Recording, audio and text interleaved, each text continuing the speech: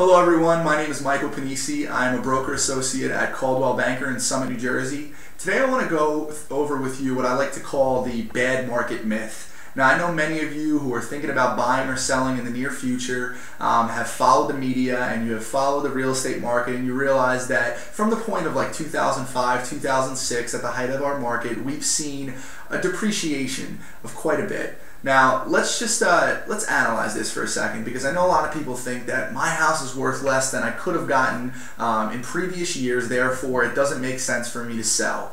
Now that is a myth, and in many cases it does make sense for you to sell. So what I want to do is really dispel that myth, and I want to go through an example that really shows you why what I'm saying is actually true. Now here's the thing, half the people in life are going to buy a more expensive house than the house that they currently own, and half the people in life are going to buy a less expensive house. Now who I'm really talking to are those that are buying a more expensive house. For those of you who are buying a less expensive house, you're buying down, you're buying something that's smaller, it's really not necessarily the best time for you to sell. So unless you have a significant need or want to sell right now, you're probably better off waiting for a different market. However, for the 50% of you that are buying a more expensive house, or you're buying for the first time, I want to show you why today's market really makes the most sense for your needs. Let's just say that your house was worth $400,000 in 2006. Since that point, we've seen 20% depreciation, and your house is now worth $320,000. Now I know many people, they do the math and they understand that that's an $80,000 loss from if you would have sold in 2005, 2006 to today's market if you were to sell now. And I know a lot of people can't handle that. They realize that, you know what, it's not the right time for me to sell. I can't accept the fact that my house is worth less. And I can appreciate that. In fact, I sympathize with that whole line of thinking. However, it is my job to educate clients. And what I like to do is show them the other side of that, the house that they're going to be buying. Now let's just say the house, that their dream home, so to speak, was worth $600,000 in 2006. Since that point, we said that the market is depreciated by 20%, so that house is now worth $480,000. That equates to a loss of $120,000 on that dream home, which means that they're essentially $40,000 closer to that dream home, or a net gain of $40,000 if they were to purchase that house. And the way we do that math is very simple. You lost $80,000 on the house that you currently own. They lost $120,000 on the house that they're now selling to you for $480,000, so you're $40,000 closer to your dream home. Let's take it one step further. Let's just say, for those of you who are skeptical and you just don't want to buy into that math, let's just say you decide to hold on to the house that you currently own and you decide not to buy it this time. Now, as I said before, your house is worth $320,000 in today's market. Now, let's say you hold on for another 10 years. And the market appreciates during that time, which is very common in the long term in real estate. Let's say it appreciates by 20%. $384,000 is the price of your home if you go to sell it 10 years from now if we see 20% appreciation. Now, that's a gain of $64,000. I think most people would agree that they'd be pretty happy with any investment gaining $64,000 over the course of 10 years. However, look at the flip side of it again.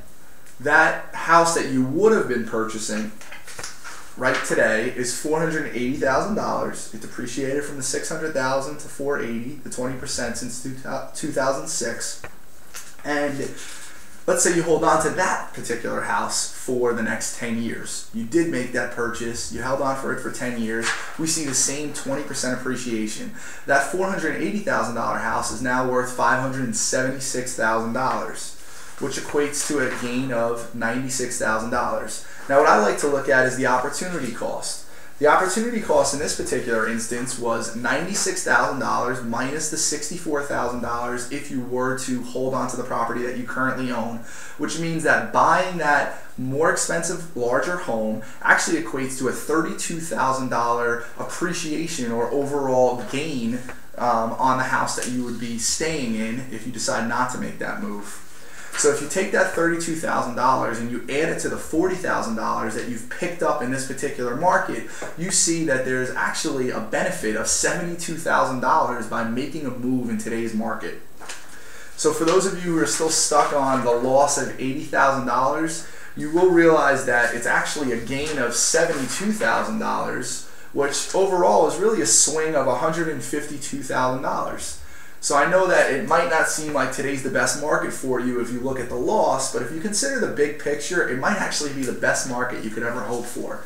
And for those people that are first-time buyers, I realize that you don't have to deal with the depreciation on the home that you're selling.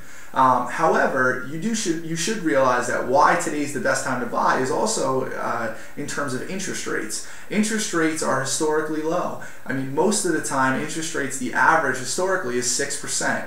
Today's market, interest rates are hovering at around 5%.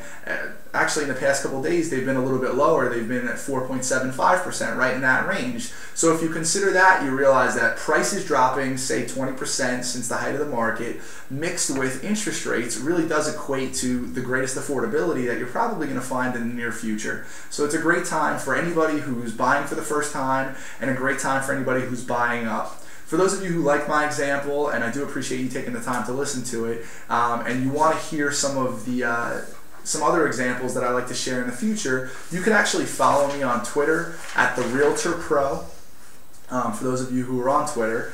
Or for those of you who are on the web who just rather go to my website, you can go to www.michaelpennisi.com. And I'd be happy to answer any questions you may have about your specific situation and whether right now makes the most sense for your particular needs. I hope you have a great day.